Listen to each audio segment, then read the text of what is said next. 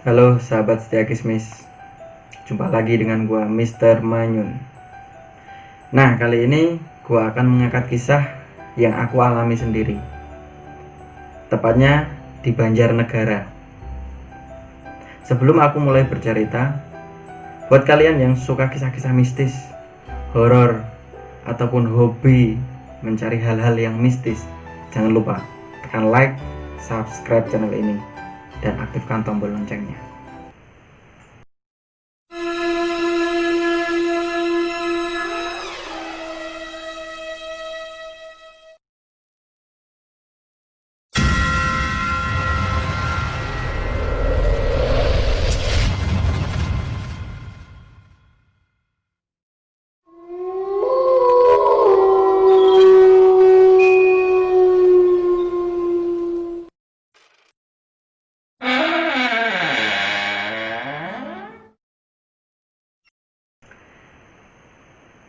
Kalau aku ingat kisah itu ya, kisah sebelum kejadian pohon beringin yang tumbang di alun-alun Banjarnegara itu seakan-akan gimana gitu ya.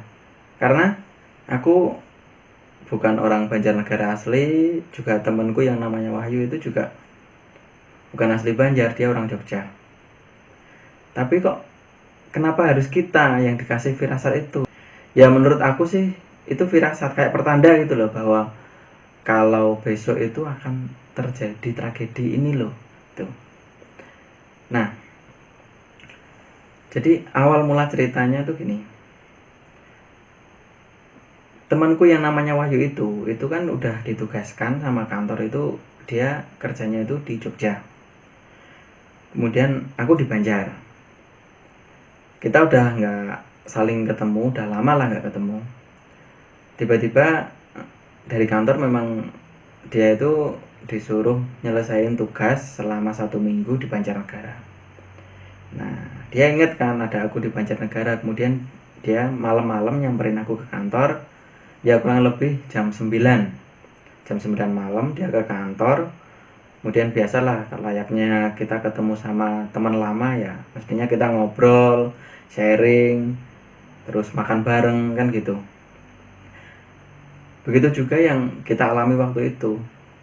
Kita ketemu jam 9, kemudian kurang lebih 1 jam kita ngobrol di kantor, kemudian kita nyari makan di luar. Kayaknya waktu itu kalau nggak salah inget kita makan di alun-alun juga, tepatnya di depan Masjid Agung.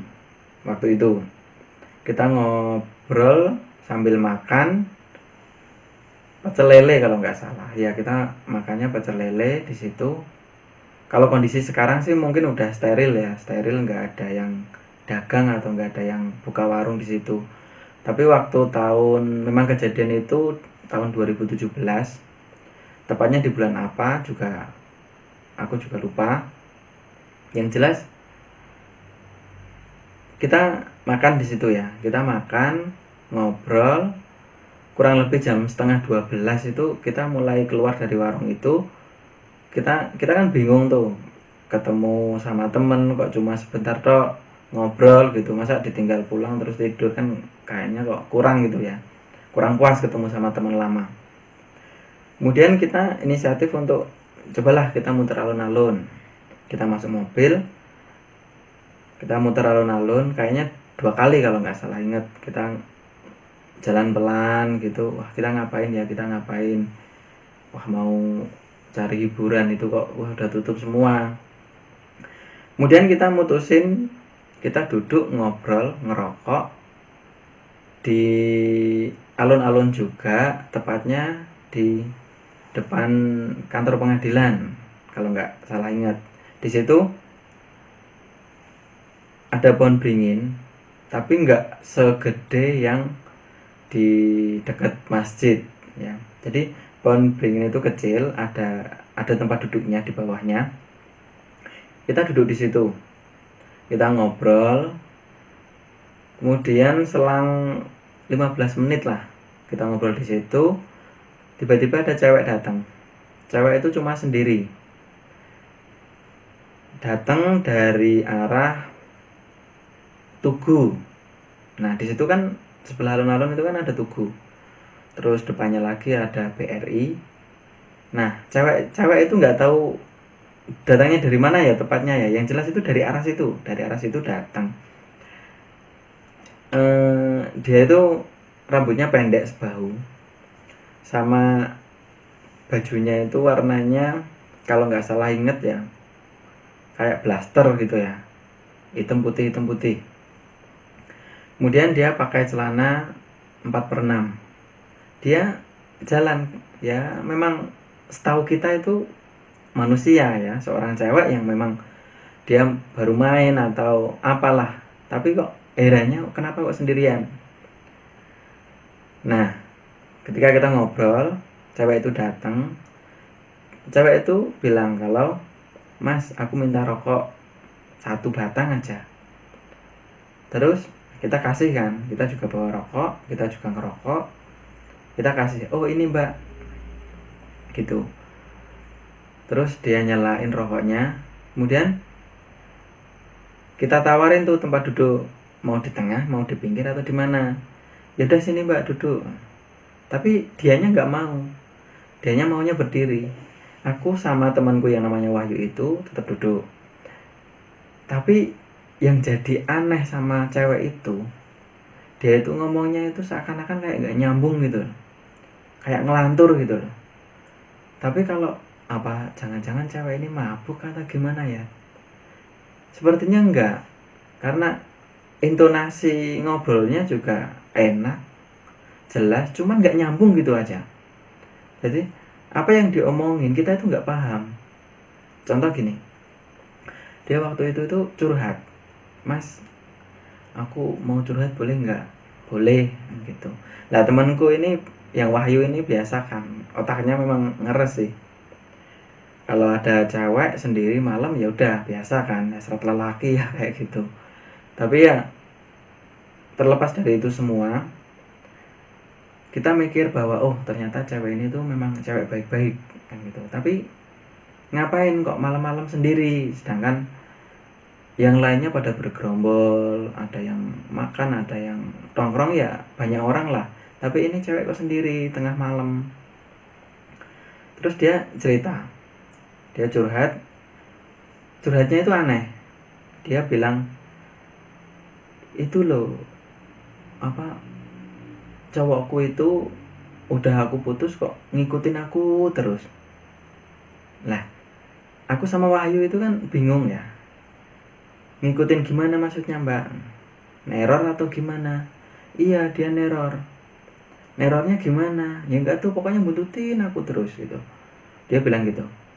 Jadi dia itu apa ya? Mau apa-apa itu mantannya itu selalu tahu gitu. Lah, sekarang mantannya di mana? Ada, baru ngeliatin aku gitu. Loh, mana mantannya? Itu di situ itu. Di situ mana?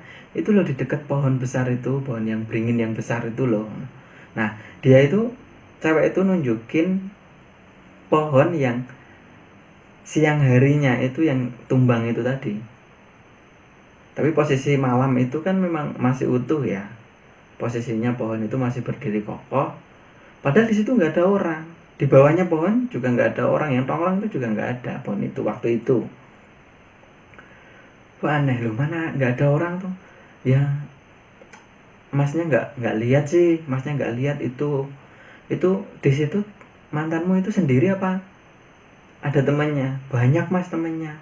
Dia bilang gitu. Waduh, lama-lama pikiranku sama Wahyu itu jadi bukannya takut akan hantu, tapi wah jangan-jangan ini cewek apa ahli hipnotis apa ya kan gitu.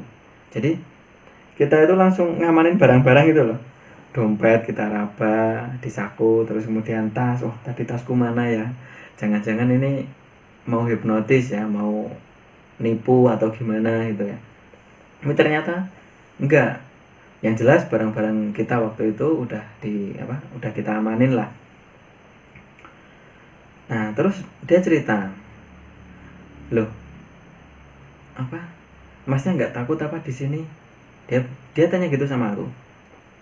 Loh, takut kenapa? Kan ini ada temennya, terus di situ ada orang jualan juga banyak, ada orang nongkrong juga banyak. Enggak, itu kamu naik ketahuan aku di sini sama kamu, dia itu pasti marah. Loh, aneh kan? Dia yang datang, temennya yang marah. Jadi aku kan bingung waktu itu. Aku sama Wahyu itu bingung. Loh, ini mbaknya gimana sih? Ngomong apa? Kita ngasih solusi apa? Ya nggak nyambung lah pokoknya.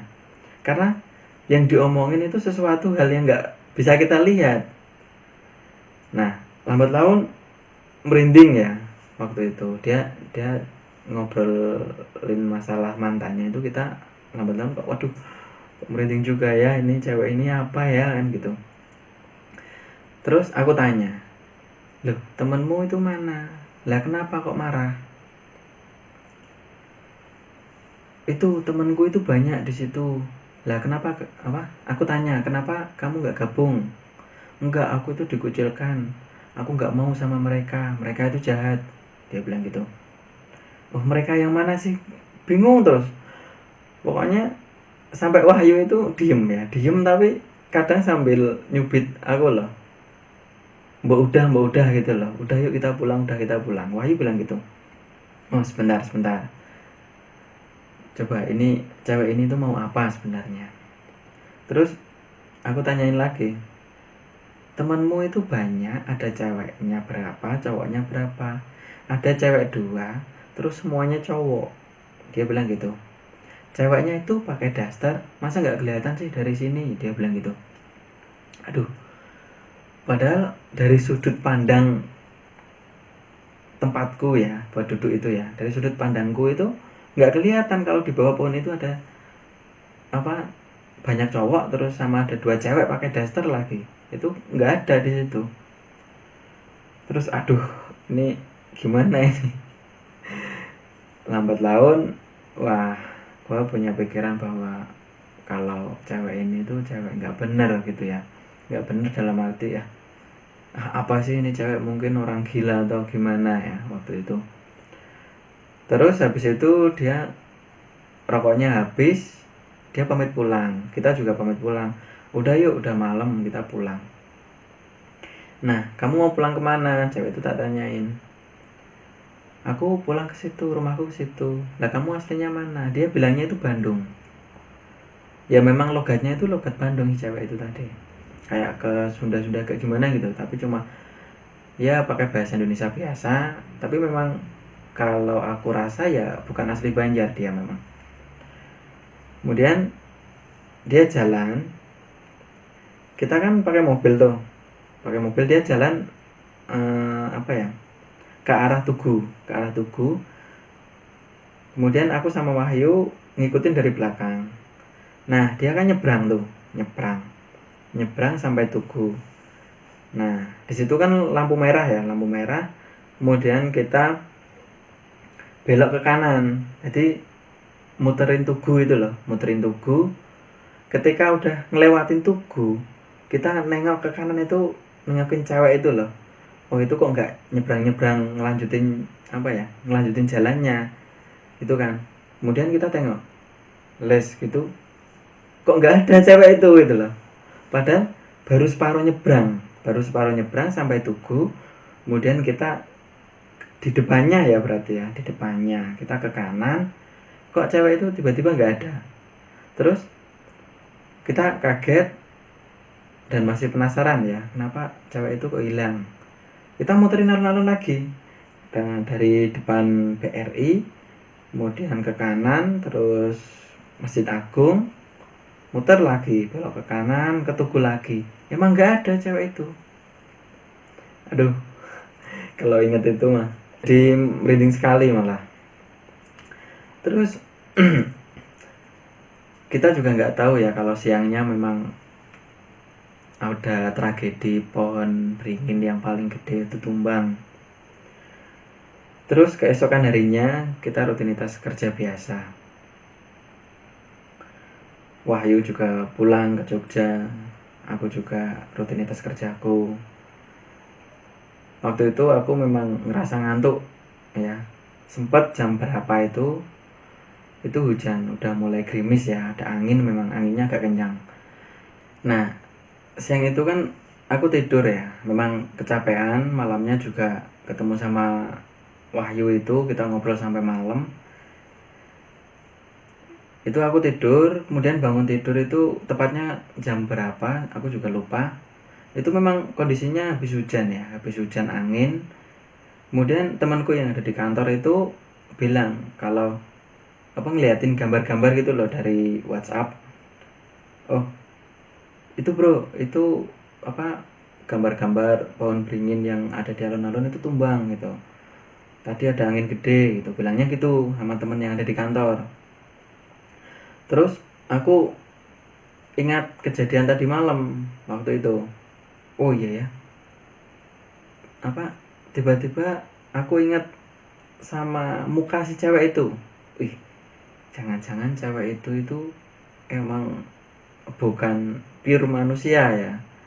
Jadi bukan cewek bener gitu loh. Maksudnya bukan cewek bener itu bukan cewek bener-bener yang dari golongan kita itu. Aku terus aduh sempet diem, aduh apa jangan-jangan itu memang pertanda ya malam itu kalau memang dia bilang kalau nanti kalau apa teman-temanku lihat aku ada di sini dia pasti akan marah gitu loh. Dan memang yang cerita dari cewek itu yang katanya mantannya juga ada di situ terus ngeliatin terus. Nah, jadi aku malah kayak nyambungin ceritanya gitu loh, cerita si cewek itu tadi. Aduh aku diem gitu terus nggak lama si temanku yang namanya Wahyu itu telepon, bro itu di Banjarnegara kok ada kejadian kayak gitu, aku kok malah jadi ingat tadi malam ya bro. Iya aku juga gitu ingat. Nah habis itu kita ngobrol di telepon lama, ngulangin kejadian tadi malam dengan cerita ya. Oh tadi malam gini-gini berarti ceweknya itu berarti gini kan gitu. Nah itulah apa ya kejadian aneh, sosok cewek yang seakan-akan ngasih firasat bahwa di situ akan terjadi suatu tragedi atau angin gede atau musibah lah intinya. Nah itulah yang aku alami dan sampai kapanpun mungkin gak akan mudah lupa. Oke sahabat setia Kismis, itulah sepenggal dari pengalaman yang aku alami di Banjarnegara. Buat kalian yang suka kisah-kisah misteri, jangan lupa selalu dukung channel Mr. Manyun dengan cara tekan like, subscribe, dan aktifkan tombol loncengnya. Nantikan video-video selanjutnya. Salam, Mr. Manyun.